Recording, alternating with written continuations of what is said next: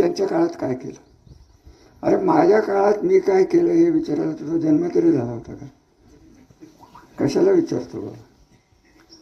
तुझ्या वडिलांना चांगलं माहिती आहे तुझ्या बाळाचे वडील हे आमच्या घराशी संबंधित होते.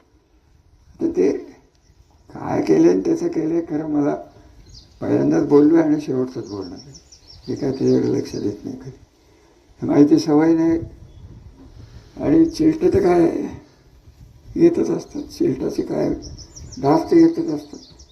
ढेकून तर चावतच असतात. आपल्याला काय व्हायचं. परवा आमचे नवनिर्वाचित आमदार काहीतरी बोलून गेले. खरं सांगायचं तर मी काही त्या माणसाकडे लक्षच देत नाही. या माणसाबद्दल बोलणं मला स्वतःचा कमीपणा करून घेण्याची इच्छा नाही. ते कृष्णा महामंडळ माहीत नाही त्याला काय त्याच्या नेत्याला माहीत नाही. हे एक पाळीव पोपट आहे. मालक जे बोलतो मालक जे शिकवतो तेवढं येऊन इथं.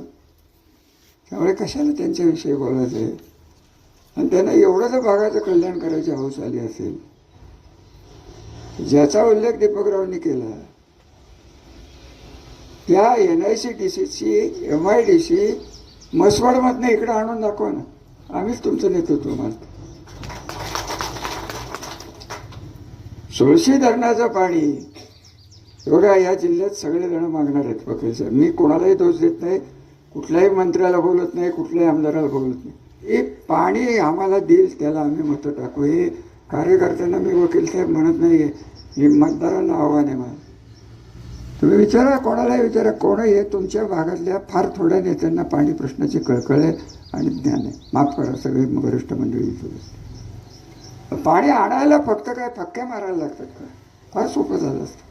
किती वेळा फक्क्या बघितल्या हो तुम्ही तर ज्येष्ठ आहात. बोलू का? मला काय माहीत नाही असं वाटतं.